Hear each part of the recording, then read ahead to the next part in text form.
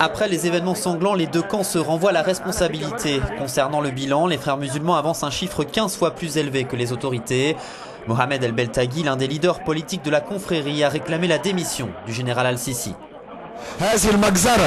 Ce massacre fait partie d'un génocide, c'est très clair. Abdel Fattah al-Sisi sait que le coup d'État est un échec et qu'il ne peut aboutir qu'à un procès. Donc, il cherche à entraîner l'armée égyptienne et le peuple dans la guerre civile.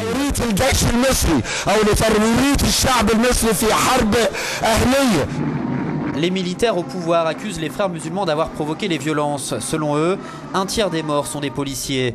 L'armée accusait ces derniers jours les pro-Morsi de stocker des armes dans leur campement, ce qui s'est vérifié pendant l'assaut car des manifestants ont riposté par des tirs à balles réelles. Cela devait arriver, tout était fait à la vue et au su de tous. Tout était filmé.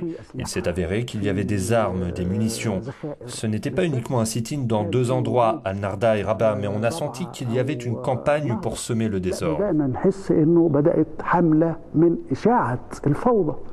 Il y a eu des attaques contre les postes de police, les bâtiments publics, les hôpitaux.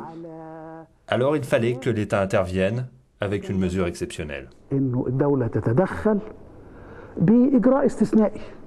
بإعلان الطوارئ وأنا عايز أقول مفيش دولة